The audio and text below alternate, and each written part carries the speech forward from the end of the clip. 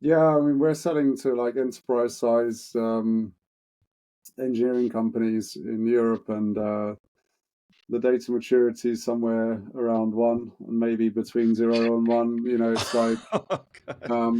the state of the art is files in folders, Oof. and those file folder systems will be everywhere across the whole organization. So test data. I mean, you imagine an organization with a couple of hundred, maybe, engineers working in Simulink and MATLAB, and what they're doing whenever they press run or save is saving the data onto their local hard drive.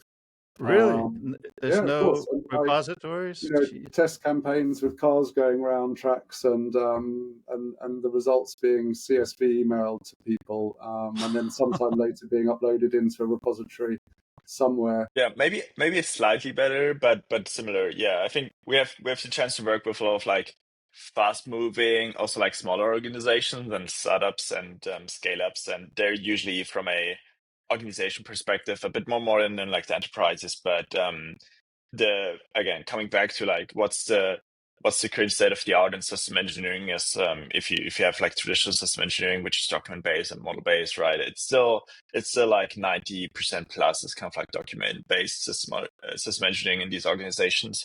If that's in Excel, or if it's again like information lying around in like dozens of, I don't know, diagrams and requirement sheets and testing data, whatever, is like still very document based. So a big challenge is like how do you make this transition happening without needing to spend millions of dollars to hire 50 people to come into your org and do this? Like, how can you make use of like maybe automated ways of transferring this data to like other platforms and making use of that?